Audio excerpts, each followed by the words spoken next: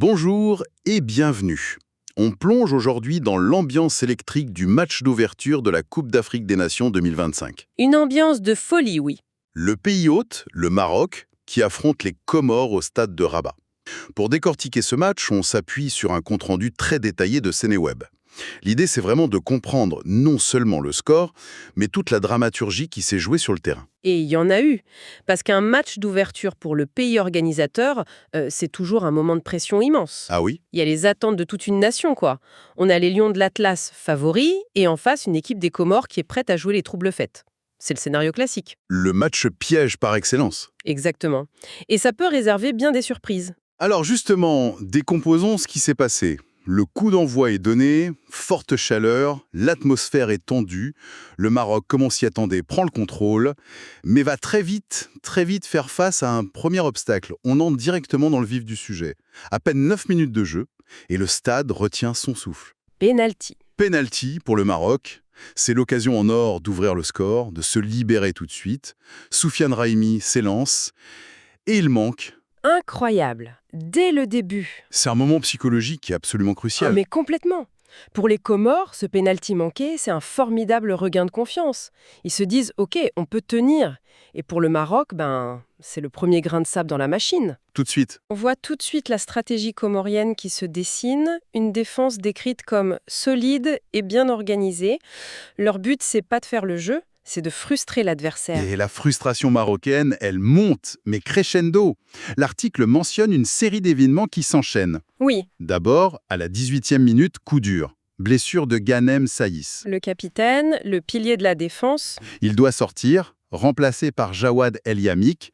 Un changement forcé comme ça perturbe forcément. Ah oui, ça perturbe la défense, les automatismes, c'est un vrai problème. Et pendant ce temps, le Maroc multiplie les offensives, les coups de pied arrêtés, mais Jumus, rien, sans succès. La défense comorienne tient. Elle plie, mais elle ne rompt pas. Et puis, à la 42e minute, la tension monte encore. Les Lions de l'Atlas réclament un nouveau penalty. Cette fois, l'arbitre, il va voir la VAR. Et le stade attend, suspendu à la décision. Tout le monde retient son souffle. Et l'arbitre juge qu'il n'y a pas faute. La frustration à son comble. La tension est palpable. Ce qui est fascinant ici, c'est de voir comment le favori, malgré sa domination territoriale, se heurte à un mur. L'article le souligne bien, les Comores sont peu dangereux offensivement, Oui, quasi inexistant. mais très disciplinés défensivement. C'est la définition même, comme tu disais, du match piège. Et le symbole de cette nervosité, il arrive juste avant la pause. C'est ce carton jaune que prend Brahim Abdelkader Diaz, Pour une faute sur le gardien comorien, Yannick Pandor. le héros de cette première mi-temps. Absolument.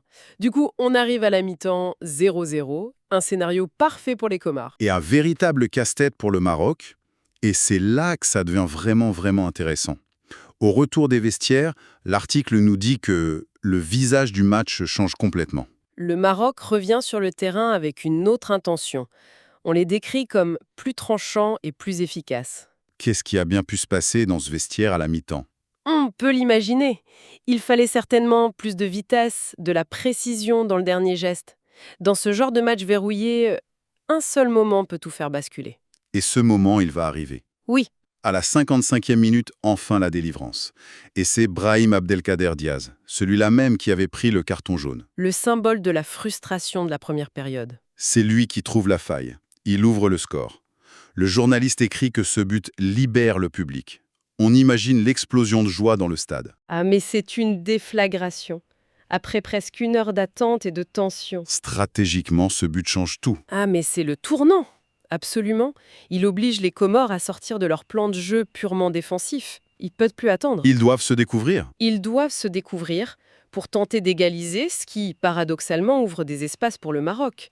La dynamique du match est complètement inversée. Après ce but, le Maroc ne relâche pas la pression. Au contraire. Non, la confiance est revenue. L'article mentionne plusieurs changements opérés par les deux entraîneurs, mais c'est le Maroc qui continue d'imposer son rythme. Et la domination marocaine n'est plus stérile, elle est récompensée. Et c'est Ayoub El Kaabi Le numéro 20, qui vient mettre fin à tout suspense. il marque le deuxième but, celui qui, selon les mots de l'article, scelle définitivement le sort de la rencontre. Voilà, 2-0, le match est plié. Le match se termine sur ce score. Et l'analyse finale de l'article est claire.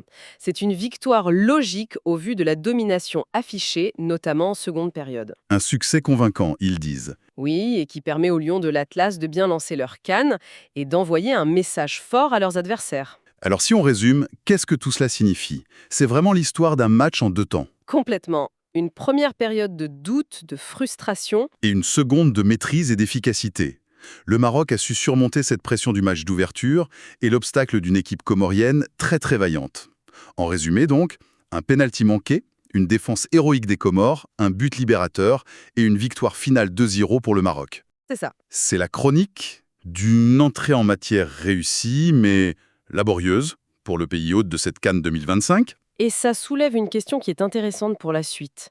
L'article qualifie la victoire de convaincante. Oui. Pourtant, si on regarde la section des commentaires de la source, on trouve un avis dissonant. Ah oui.